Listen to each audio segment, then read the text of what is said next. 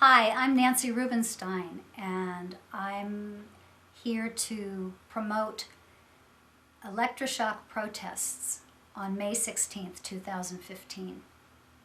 And I'll tell you why. I'm an electroshock survivor myself. I lost a lot of memory of my children's lives and my professional career as a musician. It was a life-changing, devastating experience for me. So I want to talk about 10 different points. Number 1, language, electroshock or ECT. ECT implies that it is therapy, and that's propaganda. This is why I encourage you not to use the term ECT. It's electroshock. It's trauma to the brain. Number 2, safe and effective.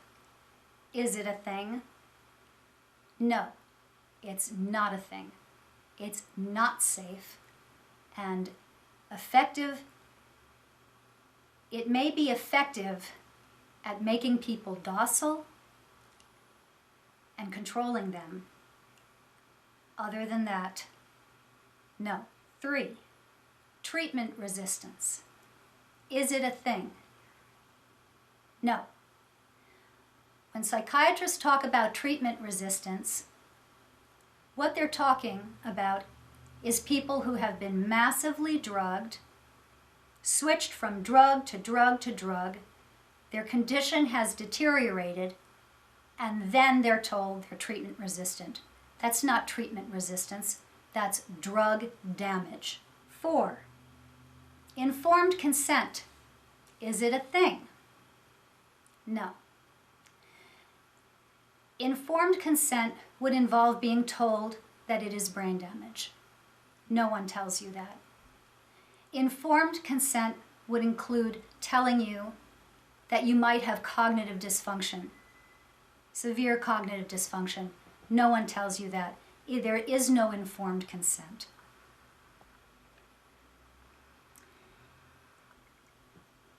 Is electroshock brain damage? That without question, electroshock is brain damage. The textbooks talk about changing the architectural structure of the brain. They talk about clearing away tissue, and they talk about cell death. This is brain damage. The FDA hearings of 2011, thousands of people, including myself, wrote testimony to the FDA in a hearing that took place in order to decide whether or not the industry could get away with having electroshock declared about as safe as an electric hairdryer. It did not happen. It did not happen. And the FDA panel clearly said that there needs to be substantial research. That research has never taken place. And yet, Duke University, the home of co-author of the DSM-4, Alan Francis, Professor Emeritus, has made a very substantial rebranding effort to push it and increase the number of people, which around now is about 200,000 people in this country a year are electroshocked, mostly older women. The research has not been done. It is brain damage, and so much for the FDA hearings of 2011. I'm educational director of the Law Project for PsychRights. Many of you know me from there. And our position at PsychRights is that we support a ban. We support a complete ban of electroshock. What about my friend who says that electroshock really helped him? I'm not going to insult my friend or invalidate my friend. But electroshock is brain damage.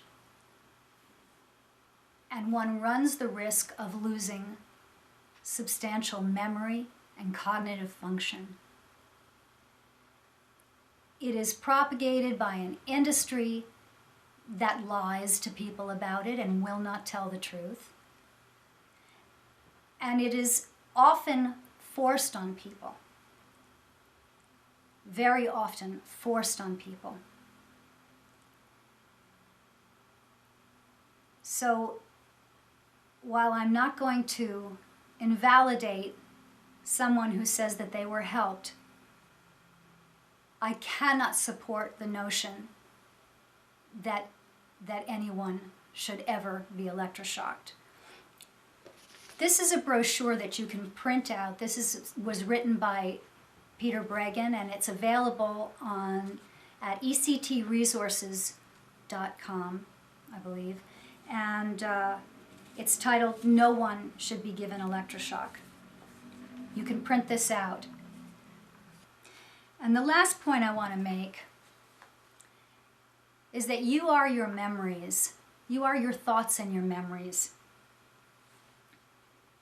Everyone goes through dark times. Every thinking person experiences existential crisis. And we move through those things, as difficult as they are. We move through those things and we become stronger and wiser people. And everyone deserves support. They deserve the patience to get through these things as long as it takes them. And they deserve loving kindness. When people like psychiatrists come along and grab people at their most vulnerable with promises of magic solutions based on pseudoscience or no science at all, people need to be protected. If you know someone who is considering electroshock, get out there and help them learn the truth about this. By all means, do not sit complacently while someone else considers having themselves damaged like this.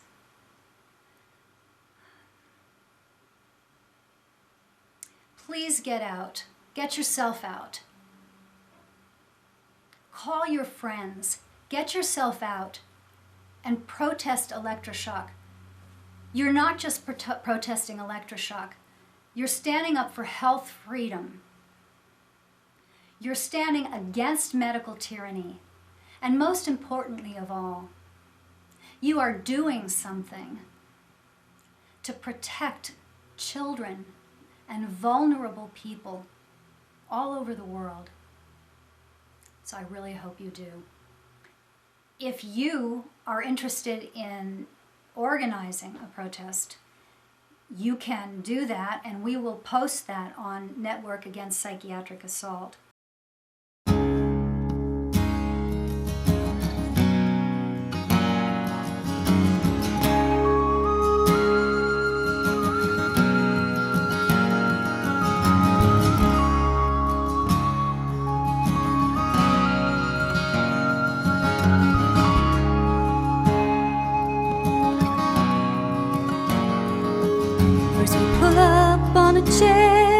Then we're standing on our own.